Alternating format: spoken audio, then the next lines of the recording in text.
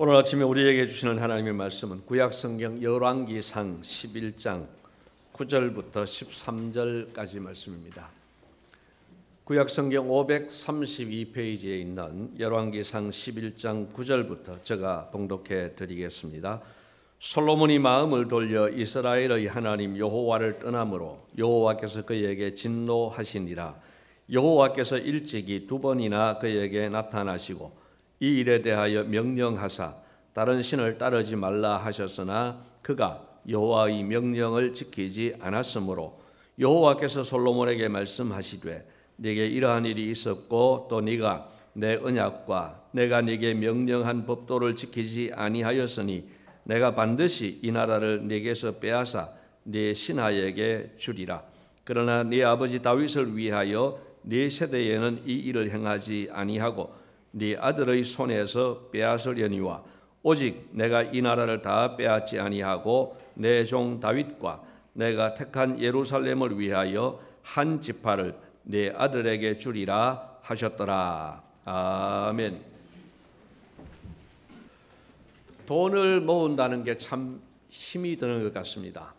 서민들이 1,000만 원을 모으려고 하면은 매월 25만 원 이상의 적금을 넣어서 3년을 불입해야 되는 것으로 알고 있습니다. 서민들이 월 25만 원 이상 저축하는 것이 얼마나 어렵습니까? 참 어렵게 그렇게 3년을 모아야 1,000만 원이 모아집니다. 그런데 1,000만 원이 나가는 것은 순식간일 수 있습니다. 사고 한번 나면은 1,000만 원 날아갈 수 있고요. 요즘은 뭐 임플란트 하는데 승용차 가격으로 매긴다 하더라고요. 나는 소나타 들어갔다. 나는 그랜저 들어갔다. 이렇게 몇 천만 원짜리 견적이 나온다는 이야기도 들었습니다. 한순간의 사고로, 한순간의 실수로 이렇게 잃어버릴 수 있습니다. 건강도 그렇죠. 또 가정과 나라를 세우는 것도 그렇습니다. 세우는 데는 아주 오랜 기간, 아주 힘든 시간들 보내게 됩니다. 그런데 잃는 것은 순간이더라 하는 겁니다. 부모 도움 없이 자수성가해서 오늘 여기 계신 분들 가운데도 그런 분들 많이 계실 겁니다. 부모 도움 없이 자수성가해서 사회적 지위나 또는 직장, 재정 이런 것들을 종합해서 볼 때에 이제 중산층의 사람이 되어서 사는 그런 사람을 생각해 보십시오. 가정을 세우는데 여기까지 오는데 수십 년 세월이 걸렸습니다. 그런데 아들이 마약을 했습니다. 혹은 알코올 중독이 되었습니다. 아버지는 화를 참지 못하고 어떻게 이럴 수가 있는가 스트레스를 받으면서 혈압이 올라 쓰러졌습니다. 여러분, 가정이 수십 년 동안 쌓아 올린 가정이 확 무너져 내리는 그런 순간입니다. 너무 극단으로 보입니까? 그렇지 않습니다. 제 동생이 초등학교 교장으로 있는데 아다시피 요즘 교직에 있는 분들이 은퇴를 하고 나면은 노후에 생활이 괜찮습니다. 그런데 친구들끼리 하는 말이 있답니다. 우리는 이제 별일이 없으면 노후는 그냥 어려움이 없다. 단 자식들이 손 내밀지 않는 한 이런 게 있답니다. 여러분, 자식들이 손 내밀기 시작하면 늙어서 자식 뒷바라지 한다고 생각을 하면은 정말 이게 답이 나오지를 않는 것이요. 이런 일들이 허다히 있다는 거예요. 교회도 그렇습니다. 건강한 교회를 세우는데 수십 년 세월이 걸립니다. 그런데 어떤 문제가 발생을 해가지고 교회가 무너지는 것은 그냥 1, 2년이면 충분합니다. 1, 2년 만에 무너질 수 있는 게 교회더라 하는 것입니다. 우리가 성경 아브라함으로부터 시작해서 오늘 솔로몬에게 이르기까지 이스라엘을 한번 생각해 보십시오. 지금까지 살펴본 대로 하나님 나라인 이스라엘이 여기까지 오는 동안에 얼마나 많은 어려움이 있었는지 모릅니다. 애굽에서 430년 동안의 노예 생활이 있었습니다. 사사시대 그 흑암, 암흑기 350년 세월이 있었습니다. 1000년이 넘는 세월 동안 정말 참 어려운 과정 속에서 여기까지 왔습니다. 다윗의 때에 정말 나라다운 나라를 만들었습니다. 그리고 솔로몬이 지금 그 뒤를 이어서 전성시대를 맞이했습니다. 하나님 나라의 전성시대가 왔습니다. 그러나 안타깝게도 그 전성기는 30년을 넘기지 못하고 추락을 시작합니다. 결국 얼마 지나지 않아서 우리나라가 남북이 갈라진 것처럼 이 이스라엘도 남북으로 나누어지게 됩니다. 오늘은 하나님 나라가 분열된 그 전성시대를 이어가지 못하고 분열되고 추락하는 이 가슴 아픈 일에 대해서 묵상하면서 은혜를 나누고자 합니다. 여러분, 이 전성시대를 맞이한 이 하나님 나라가 분열된 원인이 어디에 있습니까? 두 가지 이유를 찾을 수 있습니다. 첫째는 솔로몬의 지속적인 범죄입니다. 솔로몬의 지속적인 범죄는 하나님 나라의 분열의 제1원인이 되었습니다. 지난주에 말씀드린 대로 솔로몬은 지혜로운 외교를 목적으로 정략 결혼을 했습니다. 상식적으로 한 남편 한 아내 같으면 한 명이었겠지만은 왕이다 보니까 후궁을 두는데 전혀 제한이 없었습니다. 그러다 보니까 우리가 3절 말씀을 보면은 후궁과 첩이 1000명이나 되었다고 이야기를 합니다. 그리고 3절에 이어지는 말씀이 뭐라고 합니까? 그의 여인들이 왕의 마음을 돌아서게 하였다. 그렇게 말씀합니다. 그리고 4절 말씀을 보십시오. 솔로몬의 나이가 많을 때에 그의 여인들이 그의 마음을 돌려 다른 신들을 따르게 하였으므로 그랬습니다. 여러분, 솔로몬이 처음부터 돌아선 것은 아니었다는 겁니다. 솔로몬이 처음부터 다른 신을 섬기겠다고 달려든 것은 아니었다는 겁니다. 처음에는 그런 마음이 없었습니다. 단지 외교를 위해서 그렇게 했습니다. 그러나 나이가 많아지면서 분별력이 떨어지고 아내들의 영향력은 커지고 그러면서 이런 결과가 생기게 된 겁니다.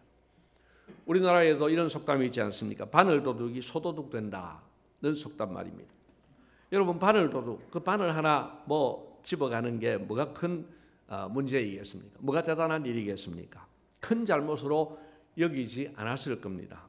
그러나 그것이 시발점이 되고 그것이 더 자라서 소도둑, 큰 도둑이 된다는 것입니다. 요즘은 도둑질도 수십억, 수백억짜리 사고가 납니다만 그 당시는 소도둑이 제일 큰 도둑이에요, 사실은. 재산 중에서 가져갈 수 있는 도둑 중에서 소도둑이 제일 큰 도둑이죠. 여러분, 바늘도둑이 커지면서 소도둑이 되더라는 겁니다. 오늘 우리의 신앙생활에서 유념해야 될 부분이 바로 이 부분입니다.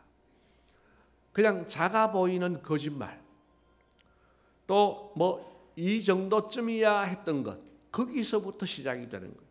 여러분, 처음부터 사람이 큰 범죄로 시작하지 않습니다. 작아 보이는 범죄로 시작이 되는 거예요. 작아 보이는 공금 횡령 내지는 유용 말입니다. 최근에 제가 이런 뉴스를 보았습니다. 요즘 당근 마켓이라고 집에서 쓰던 것을 이제 나눔도 하고 또 싸게 팔고 이렇게 해서 애용하는 분들이 많은 줄 아는데요. 그 당근 마켓에 올라온 물품 중에 어떤 게 있느냐 하면은 커피 믹서 20개, 커피 믹서 50개 이런 게 나오더라고요. 그게 왜 나올까? 여러분, 자기가 산 걸 커피 믹서 몇십 개 팔겠습니까? 이게 회사에서 사원들 그냥 먹으라고, 직원들 다 마시라고 두는 그것을 한 개씩 두 개씩 모아가지고 집에 와가지고 몇십 개를 모아가지고 파는 이런 일이 있더라는 겁니다. 그래가지고 그걸 가지고 이게 맞냐 안 맞냐, 이게 문제가 되냐 안 되냐 토론도 하고 그런데요. 그러면서 이제 그래도 이건 문제가 있다 하는 쪽도 있지만 이 정도쯤이야 어때? 이런 말도 나오더라는 거예요. 여러분, 사실은 문제가 되는 거죠. 이런 작은 것부터 시작해서 공급에 대한 개념이 없어지면은 이제 큰 범죄로 이어질 수 있는 거죠. 작아 보이는 미움과 갈등, 또 별것 아닌 것처럼 여겨지는 정도의 불륜에 불륜이라고 할 수 없는 그냥 전화번호 정도 주고받고 그래서 카톡 정도 주고받는 이게 무슨 큰 문제냐, 이게 뭔 불륜이냐, 이렇게 시작되는 이게 문제더라는 것이죠. 이런 시작들이, 작은 시작들이 우리를 망하게 할 수 있습니다. 이런 작은 시작들이 우리를 커 보이는 범죄로 이끌어갈 수 있습니다. 여러분, 제가 의도적으로 지금 작아 보이는 범죄, 커 보이는 범죄라고 이야기합니다. 왜 작은 범죄, 큰 범죄라고 하지 않느냐? 여러분 성경은요, 그 작은 범죄와 큰 범죄가 뿌리가 같기 때문에 하나다라고 이야기합니다. 살인하는 것하고 사람을 미워하는 것하고 같은 것이라고, 같은 뿌리라고 예수님이 직접 말씀하셨지 않습니까? 그래서 그냥 우리 눈에 작아 보일 뿐입니다. 그래서 제가 작아 보이는 범죄, 커 보이는 범죄로 표현을 했습니다. 여러분, 작아 보이는 범죄는요, 댐에 작은 구멍을 내는 것과 같습니다. 작은 구멍이지만 그것이 댐의 붕괴를 가져올 수 있습니다. 그래서 우리는 작아 보이는 범죄부터 긴장하고 그것을 차단해야 되는 겁니다. 자, 솔로몬의 범죄에 있어서 다음 진행을 보십시오. 자, 솔로몬의 이런 범죄에 대해서 하나님은 얼마나 마음이 아프셨겠습니까? 하나님은 그래도 사랑하는 마음으로 솔로몬에게 소중한 기회를 주셨습니다. 그것이 오늘 본문 9절과 10절 말씀입니다. 여러분, 오늘 9절과 10절 말씀을 한번 보시죠. 본문에 9절과 10절을 같이 한번 읽겠습니다. 솔로몬이 마음을 돌려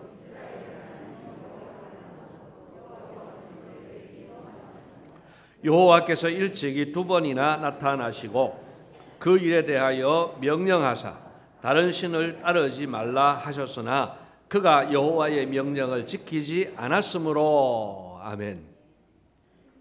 여러분, 하나님께서 솔로몬에게 주신 최후의 기회였습니다. 그것도 2번이나라고 이야기합니다. 2번 이야기하지 않고 2번이나 이야기하고 있습니다. 하나님의 애끓는 마음이 느껴지는 대목입니다. 또 하나님께서 정말 큰 선처를 베푼 것을 이야기합니다. 여러분 가운데 지금까지 살아오면서 하나님이 직접 나타나셔가지고 이렇게 경고하신 이야기를 들어보셨습니까? 여러분, 이런 일이 잘 없지 않습니까? 근데 솔로몬에게는 2번이나 하나님이 그렇게 나타나셔서 직접 말씀해 주신 것이죠. 진노의 마음이 있는가 하면 그 사랑하는 마음이 있기 때문에. 여러분, 사랑이 없다고 하면 그냥 쓸어버리면 되는 거지, 그냥 망하게 하면 되는 거지. 그런데 사랑이 있기 때문에 그렇게 기회를 주신 것이죠. 자, 이렇게 하셨는데도 솔로몬이 듣지 않고, 그래서 11절에 징계가 이제 확정이 됩니다. 우리는 이 대목에서 우리 자신을 돌아보아야 합니다. 여러분, 하나님께서 솔로몬처럼 그렇게 직접적으로 우리에게 말씀하시지 않더라도 우리에게 하나님께서 주시는 경고와 권면이 있을 때가 있습니다. 어떤 경우입니까? 여러분들이 집에서 성경을 읽거나 묵상하는 가운데, 여러분이 직접 묵상하는 가운데 마음속에 깨달음이 올 때가 있습니다. 또한 강단에서 선포되는 말씀이 자신에게 경고를 주시고 찔림이 될 때가 있습니다. 또한 기도하는 가운데 떠오르는 하나님의 음성이 마음속에 들려질 때가 있습니다. 때로는 성령님께서 마음에 찔림을 주실 때도 있습니다. 그런가 하면 사람을 통해서 주시는 음성도 있습니다.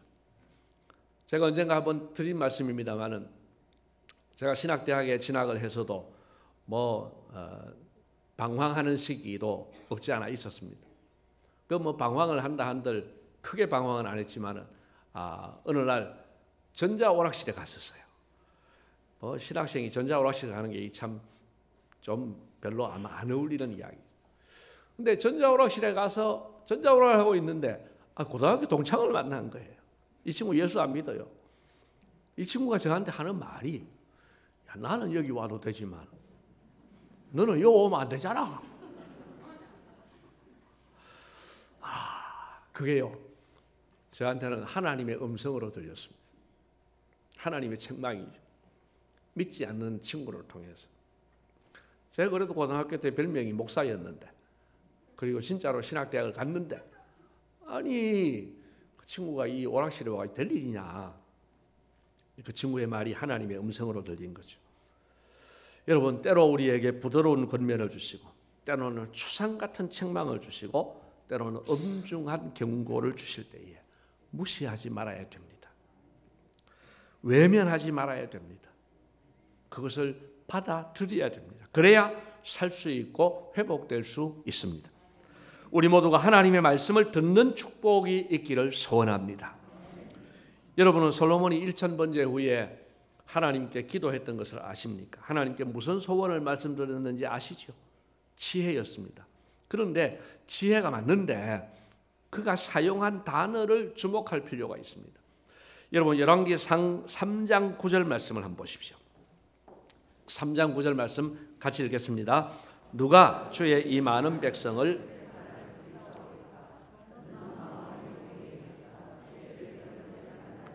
선악을 분별하게 하옵소서. 아멘. 자, 듣는 마음을 종에게 주사 했어요.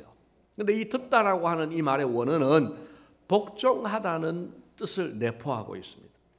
그냥 귀로 듣는 것이 아니라 하나님의 말씀을 듣고 행하는 것까지를 포함한다는 겁니다. 우리말도 그렇지 않습니까? 야, 너 왜 그런 말을 안 들어? 귀로는 들어요.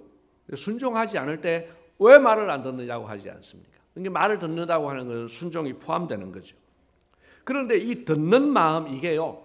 이전의 개역 성경, 지금 우리가 개역 개정 성경을 가지고 있는데 개역 성경 이전의 번역에는 이게 바로 지혜로운 마음으로 번역되어 있습니다.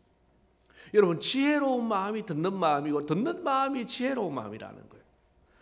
하나님의 말씀을 잘 듣고 행하는 것이 곧 지혜라는 말씀입니다. 여러분 솔로몬은 초창기에 이렇게 하나님의 말씀을 듣는 마음을 갖기를 원했습니다. 그리고 들었습니다. 그런데 지금은 이렇게 변질이 되었습니다. 참으로 안타까운 일입니다. 어떻게 이렇게까지 변할 수 있습니까? 여러분 우리 속에 죄성이 있기 때문입니다.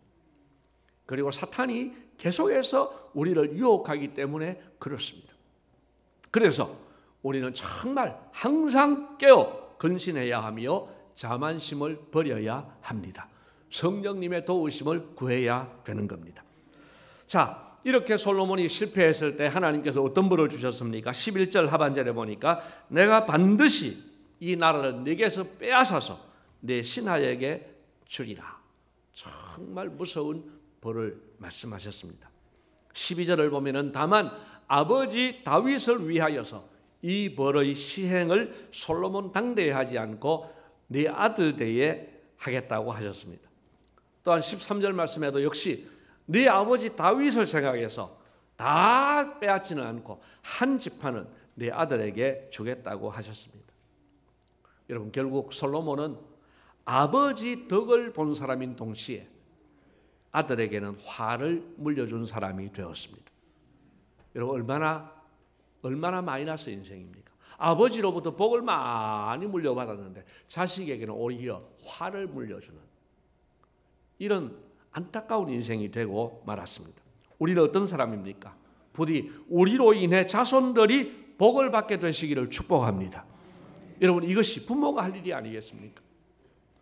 유명한 부흥사 장경동 목사님께서 이런 기도 응답에 대한 색다른 접근의 말씀을 하신 것을 들었습니다. 기도한 것마다 여러분 자신이 다 응답받으면 자손들에게 뭘 남길 수 있습니까? 내가 기도했는데 응답받지 못한 게 있어야 자손들이 그 기도 덕을 보고 그 열매를 따먹을 것 아닙니까? 그렇게 이야기하는 걸 들었습니다. 다 맞는 것은 아닙니다만 일리는 있는 것 같아요. 여러분 우리가 기도했는데 기도 응답을 보지 못해도 우리 열심히 신앙생활을 했는데도 하나님께서 주신 복을 별로 못 누린 것 같습니까? 여러분 우리의 자손들이 그 복을 다 받게 될 줄을 믿습니다. 하나님은 공의로우신 분이에요. 하나님은요 우리가 기도했던 것, 쌓아둔 것들 절대로 헛되게 하지 않습니다. 부디 우리 모두가 자손들이 우리로 인해서 복을 받을 수 있는 사람 되기를 다시 한번 축복합니다. 자, 두 번째 원인입니다. 솔로몬의 아들 르호보암의 오만한 선택 또한 하나님 나라 분열의 원인이 되었습니다. 방금 살펴본 대로 솔로몬의 범죄로 인해서 하나님께서 나라가 분열될 것을 말씀하셨습니다. 그래서 분열의 책임이 솔로몬에게 있는 것은 맞습니다. 그러나 아들 르호보암에게 책임이 없는 것은 아닙니다. 솔로몬이 죽고 르호보암이 왕이 되었을 때 백성들이 르호보암을 찾아왔습니다. 그들이 어떤 제안을 했습니까? 열왕기상 12장 4절을 보겠습니다. 12장 4절 말씀에 같이 읽겠습니다. 왕의 아버지가 우리의 멍에를 무겁게 하였으나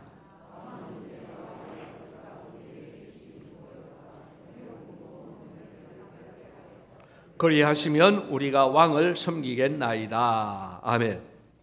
여러분, 백성들의 이 말은요, 아주 합리적인 제안이었습니다. 솔로몬은 욕심이 많았습니다. 자기 시대에 자기가 하고 싶은 거 다 해봤습니다. 아버지 다윗 시대에 백향목으로 왕궁을 잘 만들었습니다. 잘 지었습니다. 그런데 솔로몬은 또다시 왕궁을 건축했습니다. 그 외에도 많은 성을 건축했고 또 호화로운 생활을 이어갔습니다. 그러다 보니까 백성들이 노동력을 제공해야 했습니다. 백성들 입장에서는 솔로몬 왕이 너무 무거운 멍에를 메운 겁니다. 그래서 그것들을 가볍게 해주면 아들 왕을 섬기겠다는 겁니다. 물론 이것이 진심이었는지는 확인할 길이 없습니다.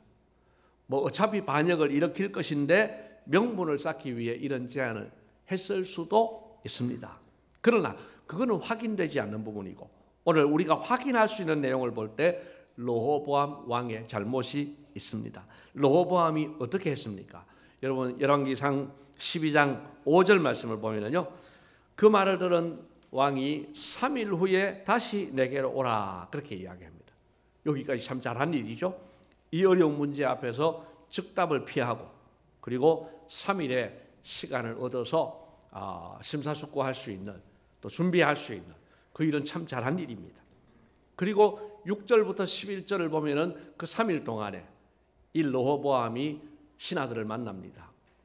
여기에는 이 나이 많은 노장파 사람들을 만나고 또 소장파 사람들을 만나서 조언을 듣습니다. 여기까지 참 잘한 일입니다.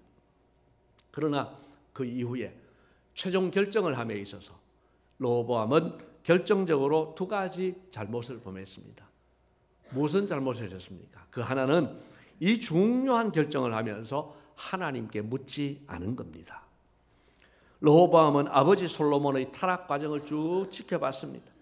르호보암이 41살의 왕이 되었기 때문에 그가 분별력이 있을 때 아버지는 정말 믿음의 사람이었고 정말 지혜로운 사람이었고, 그러다가 결국은 이제 망가져가는 모습, 그걸 다 지켜본 사람입니다.